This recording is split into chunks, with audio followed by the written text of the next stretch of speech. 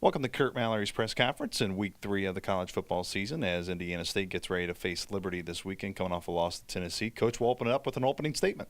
Okay, obviously disappointed in the loss, but encouraged about the way the direction of the program's going. We played 56 young men in the game. I saw improvement, although the score didn't reflect that. But we made improvement from week one to week 2. Again, penalty-wise, that's been a big emphasis on us this year, that we were at 5 penalties for 45 yards, and we want to continue to limit those. Still got to be able to complement our pass game with our run game. Our run game is continually getting better, and I was encouraged that we didn't have any turnovers in the game, and the way our defense battled, competed, and kept us in the game at times, in the way our offense ran the football. So again, coming out of it, by no means are we happy with the loss, but encouraged about the direction of the program. You know, Coach, when you go into a game like that, of course, the mismatches physically, and sometimes, talking to Coach Rates last week, you remember the game against Maryland the year before they went down to Florida and how they were really riddled with injuries and rattled with injuries and how that really kind of disturbed them for the rest of the year. Your group, how were you health-wise after the game against Tennessee? Well, we came out of it healthy. You're going to have your bumps and bruises. It was a physical game. But we did. We played 56 young men in the game. And it was our objective to go into the game and get good experience. And we're going to need everybody. And whether it was at linebacker or rotating guys in at the defensive line or the secondary, we moved some guys in there. And then offensively, of course, we played all 3 running backs, played 2 quarterbacks, played all our wide receivers that traveled, played all our tight ends. We didn't get every offensive lineman in the game, but we were pretty close. But to get 56 guys in there with game experience, that was encouraging. Why is it so encouraging, but not just encouraging, but you have the coach's perspective. Some of us may not understand what that means, getting those guys in that type of environment and being able to rotate that many guys. What will that do for your program moving forward? Well, we put them in at critical times, and we're counting on them. And it can happen at any time of the game, but we just didn't put them in to put them in. We put them in because they're going to help us win. And we have confidence in our ones, obviously, and we have confidence in our twos to go in at any time and fill a role. And the expectation will always be at the position, whether you're at safety or quarterback, whoever's in there, there's expectations very high.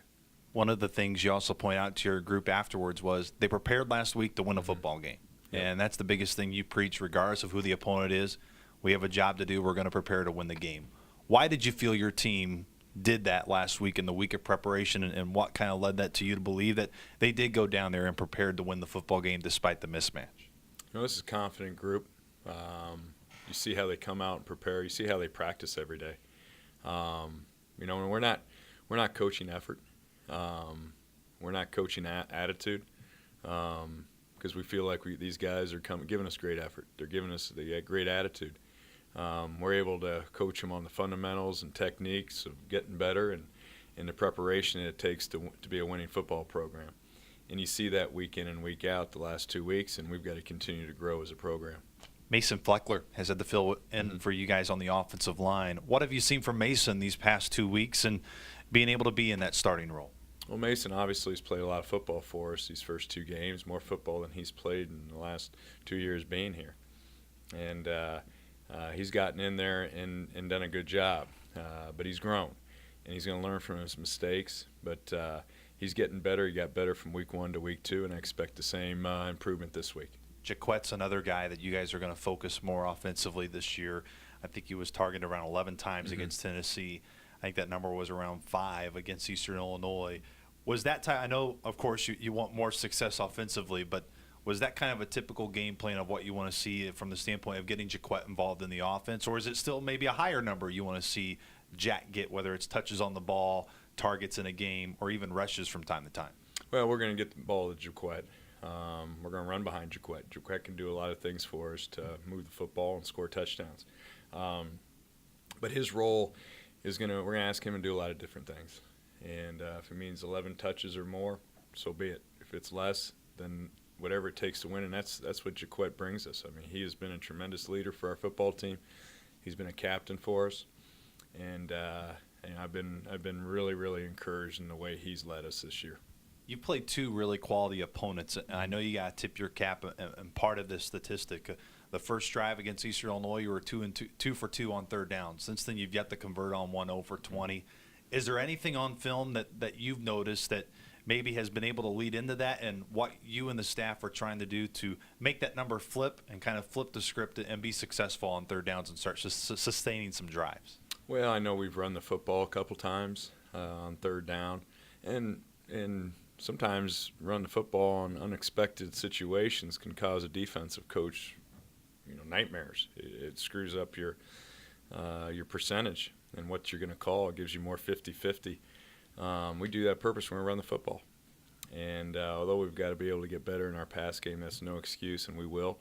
But there were times where we got ourselves third and long. We got behind the chains a little bit. And Coach Hecklinski purposely is not going to put the defense or the team in a worse position by getting us maybe a sack or whatever, but to try to get the ball and because our defense was playing well at the times.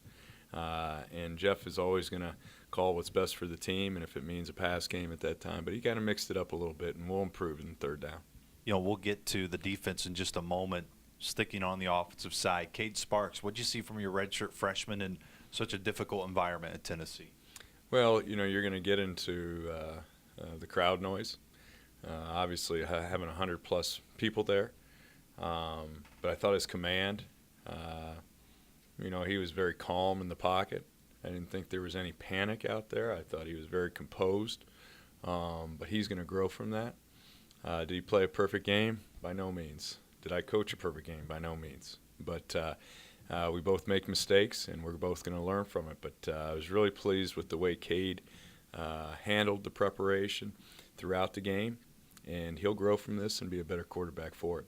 Switching to the defense, we, of course, highlighted Noke on our website last night and kind of his story.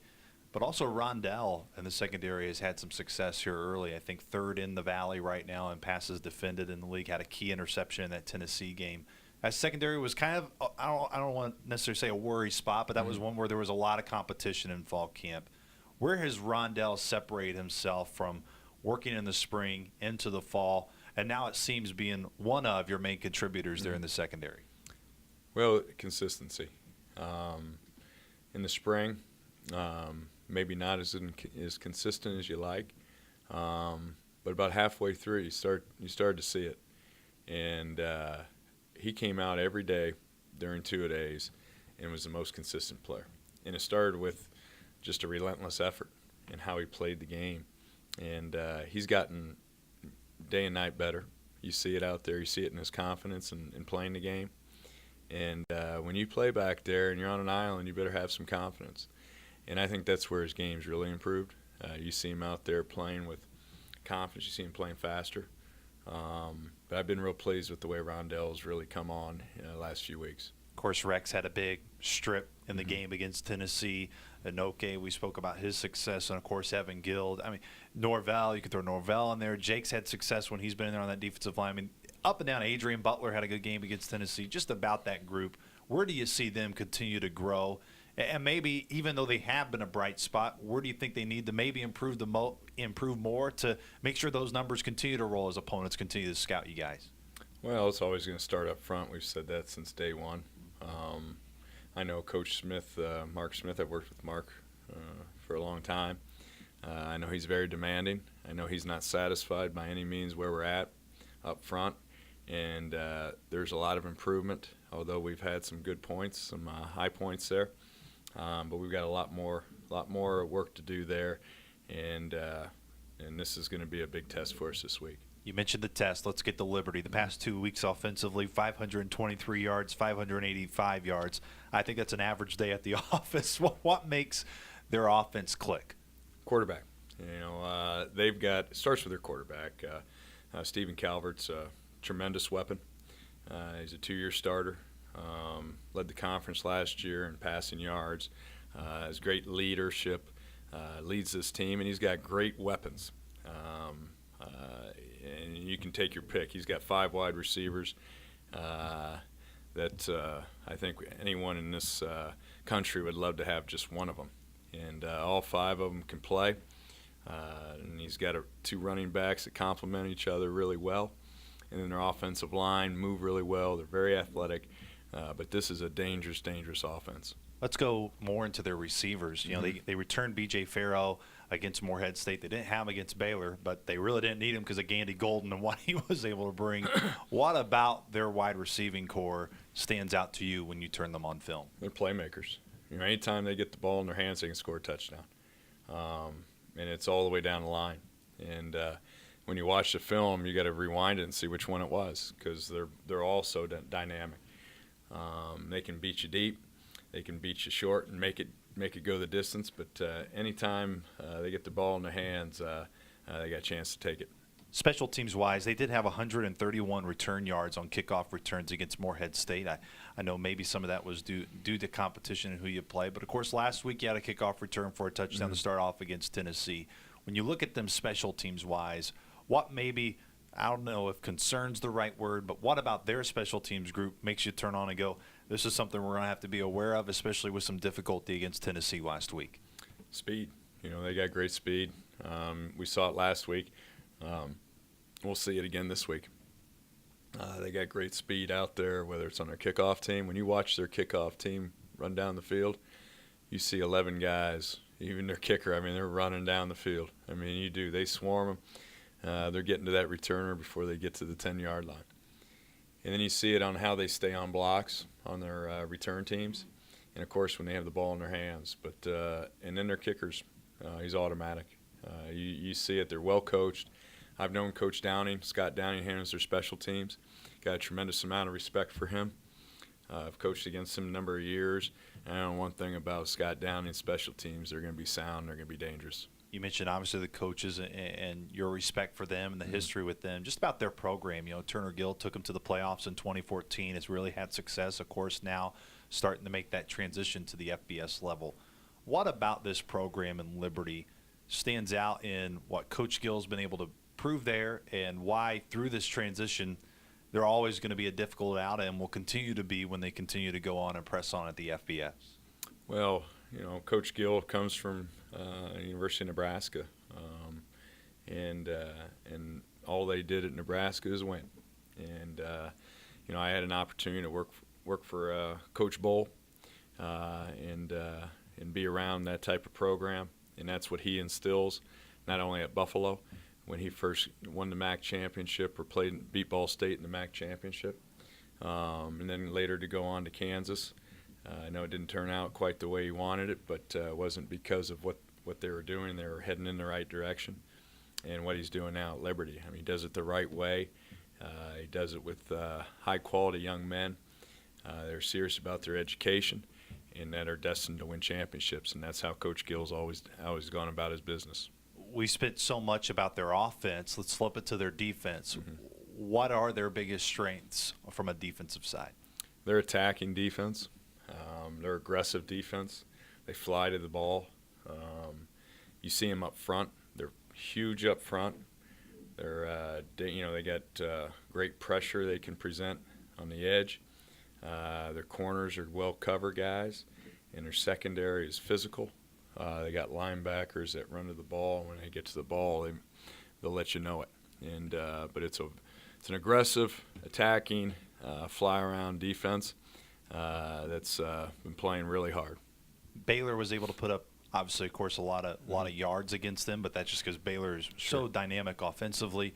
Last year, I think Liberty was around 106th in the country in stopping the run.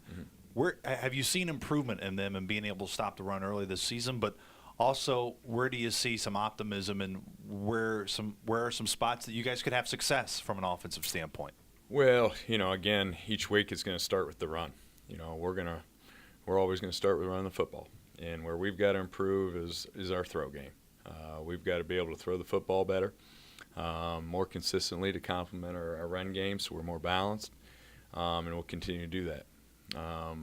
But you know, this week of preparation again is no different than it was last week or the first week.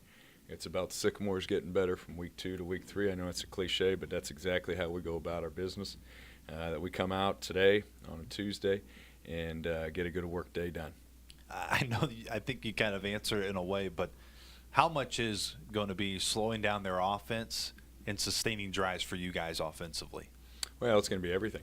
You know, we got to be able to move the ball. We got to move the chains offensively, which we will. You know, we're going to continue to work on doing. And then defensively, you know, we've got to be able to not let them have a home run.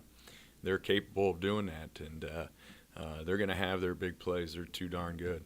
And but we've got to limit that the best we can. And but there's no doubt we got a heck of a challenge this week. And Coach, really my last question to you, because it was on Twitter last night as well. Your thoughts on Jordan Jackson getting beat by Logan Wilson at practice? Well, you know, I think we got to sign Logan up. Is what we got to do. Get him a scholarship in the mail today. Any more questions for Coach? All righty, Coach. Thanks for the time.